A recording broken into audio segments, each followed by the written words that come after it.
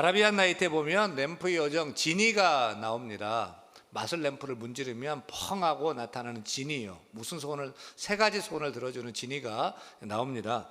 하루는 어떤 여자가 길을 가다가 이 마법의 램프를 우연히 죽게 되어서 문질렀는데 정말 지니가 나타났어요. 주님, 무슨 소원이든 말씀하세요. 그러자 깜짝 놀란 이 여자가 자기의 세 가지 소원을 들어줄 수 있는지를 묻습니다. 그랬더니 지니가 하는 말이, 주인님, 세 가지 소원은 동화책에서 나는 소리고 저는 딱 한 가지는 들어줄 수 있습니다. 말씀하십시오. 이 여자는 주저하지 않고 씩씩하게 말합니다. 지니님, 저는요 저 어디죠? 저 위에 그 러시아하고 우크라이나하고 자꾸 싸우고 전쟁이 있는데 전쟁 그치고 평화가 임했으면 좋겠습니다. 이 지도 좀 보세요. 우크라이나 옆에 폴란드가 있고 유럽에 수많은 나라가 있는데 푸틴이 핵전쟁을 일으키면 어떻게 합니까? 3차 대전 나는 거예요. 제발 러시아가 전쟁을 그치고 그 땅에 평화가 오도록 도와주세요. 진이는 뜻밖의 소원을 듣고 고심하며 러시아와 우크라이나를 둘러싼 동유럽의 지도를 꼼꼼히 천천히 오랫동안 보다가 고개를 설레설레 흔듭니다. 아이, 아가씨, 될 만한 소원을 얘기하세요. 푸틴 꼴통이에요. 누구 말도 안 들어요. 나토도 못하고 미국도 못하는데 내가 어떻게 현실 가능한 소원을 얘기하세요. 그러자 이 여자는 잠시 동안 생각이 잠기더니 다른 소원을 말합니다. 그럼요, 지금까지 저는 저에게 꼭 맞는 신랑감을 찾다가 찾지 못해서 결혼을 못했는데 지니님, 이런 남자가 있으면 꼭 만나게 해주세요. 사려가 깊으면서도 유머가 넘치고 요리는 기본이에요. 요리 잘해야 되고요. 집안 청소도 도맡아 하는 남자면 될 것 같아요. 게다가 돈 많고 키 크고 얼굴은 현빈이나 송중기 정도 흔한 얼굴이면 괜찮을 것 같아요. 또 친정 식구들에게 잘해주고요. 휴일에는 집에만 틀어박혀 하루 종일 스포츠 중계 보며 누워있는 것이 아니고 저를 재밌는 곳으로 데려다 줄 수 있는 그런 남자 좀 찾아주세요. 여자의 말을 들은 지니가 한숨을 푹 내쉬더니, 아까 그 지도 좀 다시 보십시다. 아무래도 동유럽에 평화를 가져오는 것이 더 쉬울 것 같군요. 이 얘기는 내 마음에 꼭 맞는 사람이요, 쓸만한 사람을 찾기가 어렵다는 거 아닙니까? 이 세상에 청춘 남녀들이 얼마나 많습니까? 그런데도 막상 결혼 대상자를 찾기가 참 어렵습니다. 집안이 좋으면 외모가 별로고, 생김새가 괜찮으면 성격이 별로고, 또 사람이 착하면 직업이 별로고, 이것저것 다 좋은데 믿음이 없고, 항상 이런 식이잖아요. 홍수가 나면 온통 물바다를 이루지만 정작 마실 물이 없지 않습니까? 우리가 사는 이 세상에 사람들이 넘쳐나지만 정작 쓸 사람을 찾을 때 쓸만한 사람 만나기가 어렵습니다. 우리 사회에 취업난이 갈수록 심해지고 있는데 직장을 찾는 구직자들은 한결같이 좋은 일자리가 턱없이 부족하다고 아우성입니다. 하지만 고용주들은 사람은 많은데 정작 쓸만한 사람이 없다고 하소연하지 않습니까? 그런데 하물며 거룩하시고 완전하신 하나님께서 하나님 마음에 꼭 맞는 사람, 하나님 생각에 꼭 드는 사람을 찾을 때는 어떨까요? 여러분, 어떤 사람이 하나님 쓰시기에 좋을까요? 적합할까요? 사람이 나를 붙들어 사용하기만 해도 내가 너무 기분 좋고 신나고 행복한데, 하나님께서 우리를 붙들어 사용하신다면 얼마나 감격, 행복할까요? 오늘 말씀은 우리가 하나님께 쓰임받는 그릇이 될 것을 말씀해 주고 있습니다. 다 같이 디모데후서 2장 20절, 21절, 20절 말씀 같이 읽겠습니다. 큰 집에는 금그릇과 은그릇뿐 아니라 나무그릇과 질그릇도 있어 귀하게 쓰는 것도 있고 천하게 쓰는 것도 있나니라고 말씀합니다. 큰 집에는 4가지 종류의 그릇이 있다. 금그릇, 은그릇, 나무그릇, 질그릇이 있다는 거죠. 그런데 여러분 집 찬장을 열어보세요. 4가지만 있습니까? 아니에요. 저희 집 찬장을 열어봐도 열어보니까 금그릇은 없고요, 은그릇 비스무리한 거 있고요, 또 녹그릇, 유리그릇, 플라스틱 그릇, 또 스텐 그릇, 또 코렐 그릇, 세트로 있어요. 국그릇, 밥그릇, 또 큰 접시, 작은 접시, 간장종지, 질그릇, 옹기로 만든 그릇, 또 컵도 가지가지 종류 있습니다. 커피잔, 녹차잔, 물 마시는 잔, 여러 가지 있어요. 그런데 이 많은 그릇 중에서 무슨 그릇이 귀하냐, 어떤 그릇이 천하냐 하는 것입니다. 우리는 자동적으로 금그릇, 은그릇이 귀하고 또 나무그릇 질것을 천하다고 생각합니다. 왜냐하면 우리의 판단의 기준은 돈이기 때문에 그렇습니다. 비싼 거는 귀하고 싼 것은 천하다라고 생각합니다. 그래서 많은 여성들은 명품, 비싼 값비싼 명품 그릇을 사는 것을 좋아하는 것을 봅니다. 그런데 오늘 성경에 보면 하나님은 귀한 그릇과 천한 그릇을 보는 관점이 우리와 다르다는 사실입니다. 우리는 비싼 것이 귀한 그릇이고 값이 싼 그릇은 천하다고 생각하는데 하나님은 그렇지 않습니다. 하나님이 귀히 여기시는 그릇은 비싼 그릇이 결코 아닙니다. 하나님이 쓰시기에 좋은 그릇이 귀한 그릇입니다. 하나님께 자주 쓰임받는 그릇이 귀한 그릇입니다. 아무리 금으로 만들었고 은으로 만들었어도 주인의 쓰임에 주인에게 자꾸 쓰임받지 못한다면 그것은 귀한 그릇이 아닙니다. 하지만 아무리 천한 그릇일지라도 주인이 자주 애용하는, 자주 사용하는 그릇이 귀한 그릇이라고 말씀하고 있습니다. 저희 집에도 그릇이 꽤 많거든요. 그런데 제 아내는 보면 항상 쓰는 그릇만 써요. 밥그릇도 쓰는 밥그릇만, 접시도 많은데 쓰는 접시만, 컵도 많은데 쓰는 컵만 항상 그렇게 쓰는 것을 봅니다. 우리 집 아이들이 이제 많이 컸어요. 큰애가 이제 군대 갔고, 둘째는 대학교 2학년이고, 또 막내는 고등학교 2학년입니다. 언제 그렇게 다 컸나 몰라요. 그런데 컵을 쓰는 걸 보면 어렸을 때 포스트라는 시리얼을 살 때 사은품으로 받았던 플라스틱 컵이요. 그 사자가 그려져 있고 기린, 코끼리 뭐 이렇게 그려져 있는 그 플라스틱 컵인데 다른 컵 안 써요. 지금도 그 컵만 쓰는 거예요. 제가 언젠가 이 컵 얘기를, 애들이 이렇게 컵 얘기한다, 컵 쓴다라고 얘기를 했더니 권사님이 그 유럽 명품 컵 5개를 가져오셨어요. 이 컵은 같은 회사에서 만든 같은 모양, 같은 생김새인데 그림이 각각 달라요. 명품 브랜드거든요. 그래서 이제 제가 아이들 불러놓고, 야, 권사님이 이렇게 선물해 주셨는데 이제 플라스틱 컵 쓰지 말고 각각 하나 정해. 자기 컵 이제 정해. 그래가지고 다 가져갔어요. 그리고 그거 쓰기로 했어요. 그래서 저와 제 아내는 컵을 바꿨는데요. 여전히 우리 아이들은요, 그 시리얼 사은품 플라스틱 컵, 그 컵을 쓰는 거예요. 저희 집에 많은 컵들이 있지만 컵의 입장에서 볼 때 어떤 컵이 귀한 컵이라고 생각됩니까? 비록 시리얼 사은품 플라스틱 컵일지라도 애들이 자꾸 쓰는 그 컵, 그 컵이 귀한 것 아니겠습니까? 강대상에 이렇게 크리스탈 쟁반하고 컵이 올려져 있습니다. 세상에 이런 이 크리스탈 컵, 또 이런 쟁반 얼마나 많아요. 근데 이 컵과 이 잔만 대한민국 대표교회 대한교회 강대상에 올려져 있는 거예요. 컵이 많지만 이 컵만 이곳에서 쓰임받고 있고, 잔도 많지만 또 쟁반도 많지만 이 쟁반만 쓰임받고 있는 거예요. 이처럼 여러분도 쓰임받는 사람 되기를 소원합니다. 세상에 많은 사람들이 있고 대단한 사람도 많지만 저는 여러분이 하나님의 손에 들려서 자주 쓰임받는 사람 되기를 축원합니다. 이렇게 하나님의 손에 붙들려서 자주 사용되는 컵, 주인의 뜻이 합당한 컵, 그런 그릇으로 사용되는 여러분 되기를 소원합니다. 오늘 본문에 보면 큰 집에 여러 종류의 그릇이 있다고 말합니다. 여기서 큰 집은 어떤 집을 말하죠? 요즘은 큰 집을 교도소라고 생각하는데 그건 결코 아니죠. 큰 집은 교회를 말합니다. 디모데 전서 3장 15절에 보니까 교회를 하나님의 집이라고 말씀합니다. 같이 읽어요. 너로 하여금 하나님의 집에서 어떻게 행하여야 할지를 알게 하려 함이니 이 집은 살아계신 하나님의 교회요 진리의 기둥과 터니라. 사랑하는 여러분, 하나님의 눈에는 교회가 큰 집입니다. 세상에는 큰 집도 많고 큰 건물, 대단한 건물, 빌딩도 많아요. 롯데 잠실타워 가보셨습니까? 몇 층이죠? 123층이에요. 높이가 555m예요. 양천구에서 바라봐도 그 건물이 보여요. 빌딩이 엄청나게 큰 거예요. 또 우리 동네에도 뭐 60층이 넘는 건물들 뭐 즐비하지 않습니까? 엄청나게 큰 건물들이 많습니다. 하지만 하나님의 눈에는 교회가 하나님의 큰 집임을 깨닫기를 바랍니다. 여의도에 가면 국회의사당 그 넓은 땅에 우람하게 멋지게 세워져 있는 것도 봐요. 어제 우리 전도위원회, 새신자위원회가 초청주의를 마치고서 또 하나 되기 위해서 대통령이 살던 청와대를 다녀왔는데 여러분 다녀오셨습니까?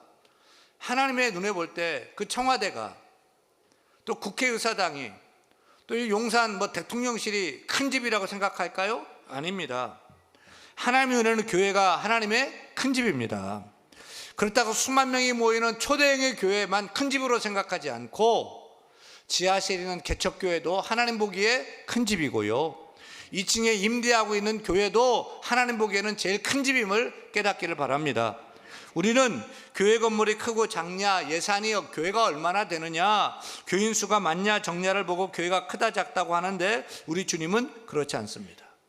주 예수 그리스도의 이름으로 세워진 모든 교회는 하나님 보시기에 큰 집인 것입니다. 따라서 우리는 내가 섬기는 교회가 하나님의 큰 집인 줄을 알고 교회를 귀히 여기고 사랑해야 할 줄로 믿습니다. 또한 우리가 하나님 보시기에 그 큰 집인 교회에서 쓰임받는 그릇이 된다는 것이 정말 큰 축복이고 가문의 영광쯤으로 알고서 우리가 충성하며 나아가는 우리 모두가 다 될 수 있기를 간절히 소원합니다. 하나님의 큰 집인 교회에 금그릇, 은그릇, 나무그릇, 질그릇이 있다고 하는데, 금그릇은 누굽니까? 담임 목사일까요?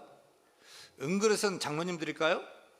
또 안수 집사님, 권사님들, 나무그릇, 질그릇은 그냥 우리 평신도들, 서리 집사님들, 또 직분 없는 분들, 성도들일까요? 오늘 말씀의 핵심은 누가 금그릇이냐, 누가 은그릇이냐가 아니에요. 누가 주인에게 하나님께 붙들려서 자주 사용받는 사람이냐, 그런 그릇이냐, 그것이 귀하다는 것입니다. 여러분, 세계에서 가장 비싼 그릇이 뭔지 아십니까? 어떤 그릇인지 아십니까? 그 가치가 얼마나 될까요? 현존하는 가장 비싼 그릇 중에 유럽 르네상스 시대에 미켈란젤로의 제자인 베벤투스 첼리니가 만든 금세공품입니다. 그릇입니다. 그릇. 프랑스 왕의 식탁에 놓여져 있던 그릇입니다. 뭘 담았을까요? 저 그릇에다가. 잠깐 보여주세요. 저 조그만 종지 있죠? 그걸 뭘 담았을까요? 소금을 담았어요. 저 그릇 이름이 살리에나예요. 살리에나. 살리에나는 소금이라는 뜻이에요. 소금통이에요. 반대편 보세요. 또 성의 문을 열면 저기다 뭐 담았을까요? 후추 담았어요. 후추통이에요. 무슨 소금 후추 만드는데 금과 보석으로 그렇게 만들었을까? 한탄도 나오는데, 소금을 넣었던 이 소금통, 소금 그릇의 가치가 얼마나 될까요? 무려 1,000억 원 가까이 되는 거예요. 소금통, 후추통이 1,000억 원이 되는 거예요. 이렇게 값비싼 그릇이라 오스트리아 빈 박물관에 거의 간직돼 있어요. 그런데 오늘 성경 말씀 메시지는 그렇게 값비싼 소금 그릇이 금으로 보석으로 만들어졌다 해도 그런 박물관에 놓여있는 쓰임받지 못하는 그런 그릇보다는 차라리 강대상에 올려 쓰임받는 이 컵이 훨씬 더 귀하다고 말씀하고 있는 거예요. 요즘 사람들이 금수저, 흑수저 타령을 합니다. 태어나 보니까 좋은 부모 만나서 금수저를 입에 물고 태어난 사람이 있고, 태어나 보니까 가난하고 그냥 못난 그 부모님 만나서 흑수저로 물고 태어났다. 그래서 아무리 해도 안 된다, 출발선이 다르다라면서 한탄하고 원망하고 절망하고 세상을 원망하는 친구들이 있습니다. 그런데 여러분, 이제는 금수저, 흑수저 타령하지 마십시다. 금수저, 금그릇이면 뭐합니까? 쓰임받지 못하고 찬장에 진열되어 있다면 자주 쓰임받는 흑수저, 또 나무그릇, 질그릇만 못한 것이 아닙니까? 저는요, 정말로 하나님께 붙들려 사용되기를 원하지, 제가 금그릇, 은그릇 되기를 결코 원치 않습니다. 그냥 진열되어 사용하지 않는 금그릇보다도 차라리 자주 사용돼서 닳고 깨지더라도 그런 나무그릇, 질그릇, 흑수저도 땡큐 소마치입니다. 무엇보다 별 볼 일 없는 그릇 같은 우리 인생 가운데 예수 그리스도, 참보배 대신 예수 그리스도가 담겨져 있는 줄로 믿습니다. 베벤투스 첼리니는 그 금과 보석으로 만든 그 그릇에 소금 담았는데, 우리는 보잘것없지만 이 깨진 그릇 같은 질그릇 같은 우리 가운데 예수 그리스도가 담겨져 있음을 깨닫고, 우리가 그것보다 훨씬 더 가치 있고 더 귀한 존재임을 깨달아야 할 줄로 믿습니다. 지난 수요일 목요일에 제가 제주도를 잠깐 다녀왔습니다. 저희 교회가 속한 서강로에 제주도에 있는 교회가 있어요. 그 교회에서 장로님을 임직하는 임직식이 있었습니다.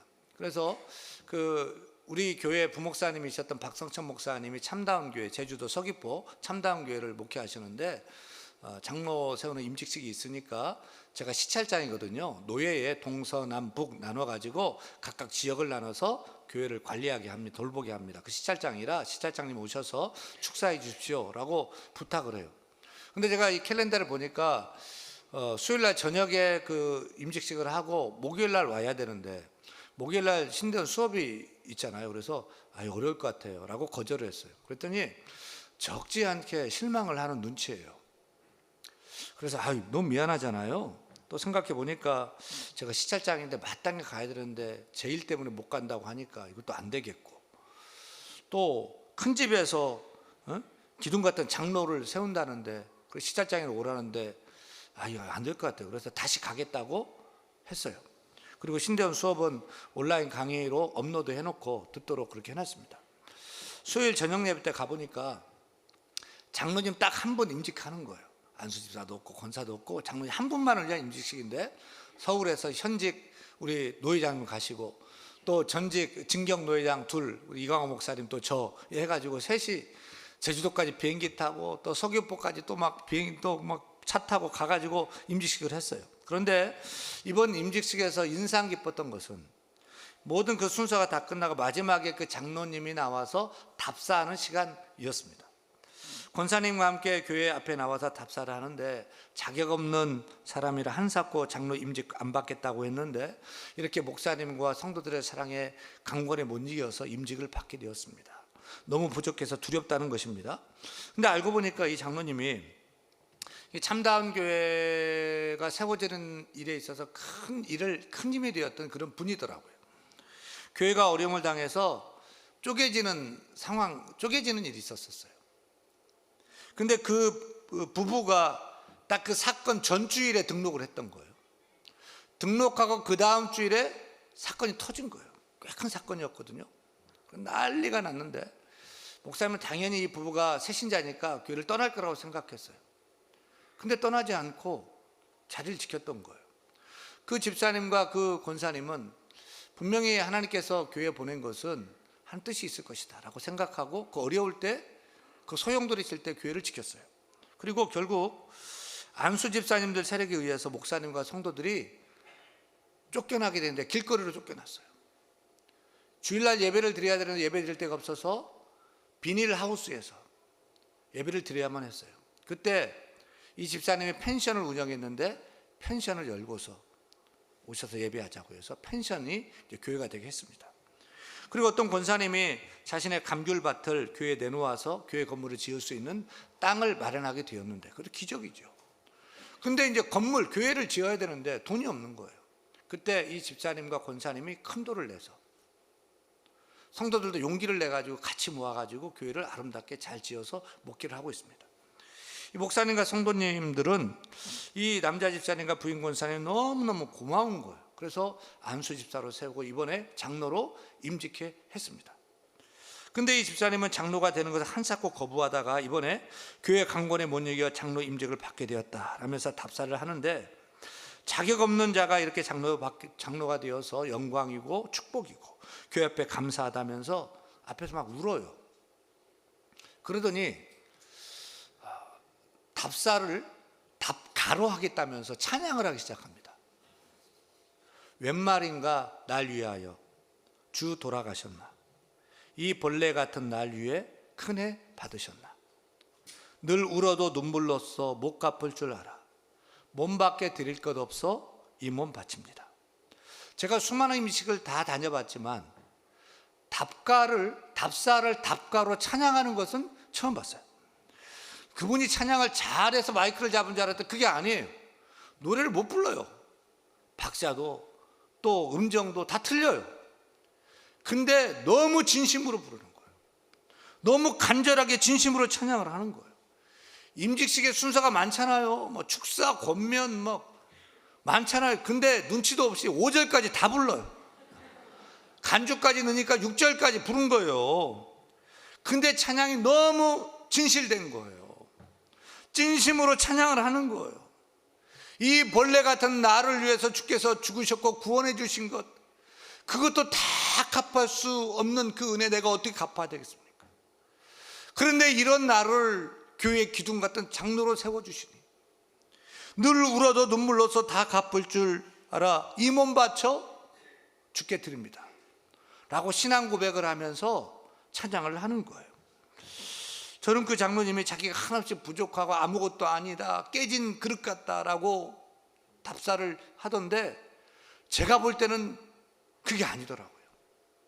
그분이 부족한지 깨진 존재인지 어쩐지 모르겠지만 그 안에 예수 그리스도가 담겨진 그런 장로님으로 보이는 거예요.